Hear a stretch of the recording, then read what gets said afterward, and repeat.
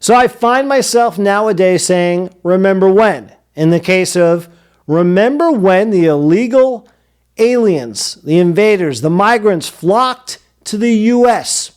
They came in droves.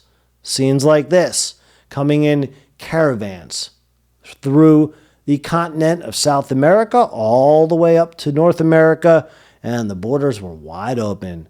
Come on in. Well, those days are over. Donald J. Trump and his team, they're in place, including the new director of Homeland Security, the former governor of South Dakota, Kristi Noem, and we have ourselves a real border czar, not word salad lady, not her. We have Tom Homan. He's in charge.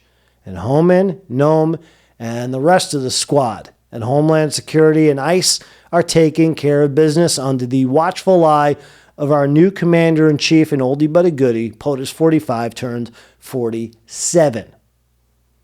Scenes like this, they'll be etched in my mind forever. They're distant memories. When migrants set up refugee camps and took over border towns in Texas like Eagle Pass. The numbers are down in Texas. The numbers are down nationally. Let's take a look at the first slide. This is Texas alone since Trump has taken over. Number of migrants, as you see to the left of the slide, number of migrant encounters at the Texas border, Sunday, 303. Typical day in December, under Sleepy Joe, 8,000. To the right, migrants released into the United States after border encounter. Total for the first 2 weeks of the Trump admin, 461. Each day under the Biden admin, 5,000, or 70% of those encountered.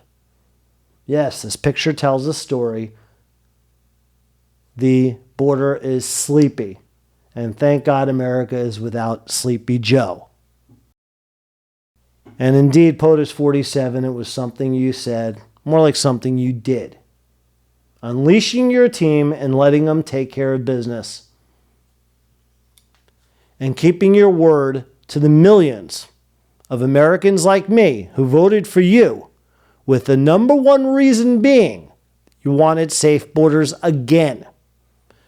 As Trump and his team have also sent back somewhere in the neighborhood of nearly 12,000 of the biggest troublemakers, the criminals, and with the thousands of these, I should say millions of these illegal migrants that came in, well, they went after the biggest troublemakers first, and they've shipped out, like I said, about 12,000, shipped them out to either their country of origin, or they took the most dangerous and the filthiest of criminals and they put them where they belong, unfortunately, on our U.S. tax dollar, but they can keep a watchful eye on them forever, and that's in Gitmo, in Cuba.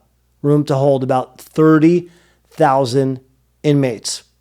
And Trump and his team have said there's plenty of room to accommodate the worst of the worst who got a free pass into the United States, has simply been apprehended since POTUS 47 is back. And again, they'll house them in Gitmo. And not only will Tom Homan and crew go after the illegal migrants, but guess what? They're going to go after the cartels as well. The cartels flood America with drugs like fentanyl. And it's time to take them on head on, says our border czar. Listen to Tom Homan and take a look.